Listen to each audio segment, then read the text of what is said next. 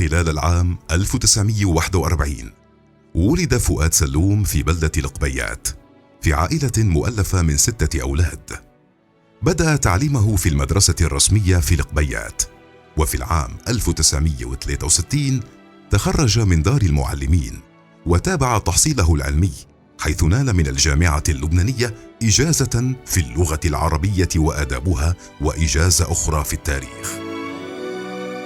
ثم حاز على ماجستير ودكتوراه في التاريخ من جامعة الروح القدس الكاثوليك، كما حاز على شهادة الكفاءة في التربية من الجامعة اللبنانية. ونتيجة تضحياته في التعليم استحق وسام المعلم بموجب مرسوم جمهوري. وقد صدر للكاتب والمؤلف والمفكر الدكتور فؤاد سلوم عدة مؤلفات وترجمات، نذكر منها: في التأليف تاريخ عكار، كان في ذلك المغاني الجميلة، من ظلال الأمس أشياء صغيرة، وفي الترجمة في هبوب الروح، القبيات وناحيتها في ظل الحكم الصليبي. كما صدر له أبحاث ومقالات عديدة في الصحف والمجلات اللبنانية، إضافة إلى نشاطات منبرية متعددة.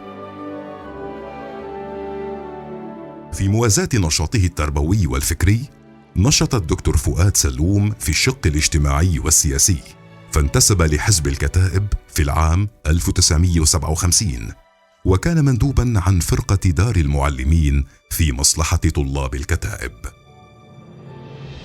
كما أسس بالاشتراك مع الأب الكرملي سيزار موراني فوج كرمل لكشافة لبنان عام 1964. أسس مع رفاق له النادي الثقافي في القبيات، الذي استضاف عدد من المفكرين في لبنان مثل الإمام الصدر والشاعر سعيد عاقل. بعد خروج الدكتور جعجع من المعتقل، عاد الدكتور سلوم لينشط في العمل السياسي مع حزب القوات اللبنانية، ويساهم في تأسيس معهد التدريب الفكري والسياسي في الحزب، حيث ألقى عددا من المحاضرات في المعهد، وقد كان المرجع المختص في المحاضرات المتعلقة بتاريخ لبنان. تجدر الإشارة إلى أن أول محاضرة فكرية ألقيت في القبيات كانت للدكتور سلوم في موضوع الثقافة، في إطار سلسلة محاضرات من تنظيم الأب الكرملي جرار الرهبان.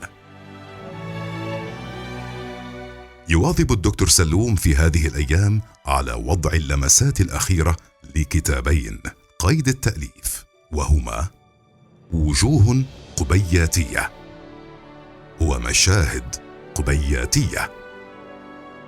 دكتور فؤاد، عطاؤكم ومثابرتكم رفعت اسم القبيات عاليا، فاستحقيتم هذا التكريم، لأنه بفضل أمثالكم القبيات قوية.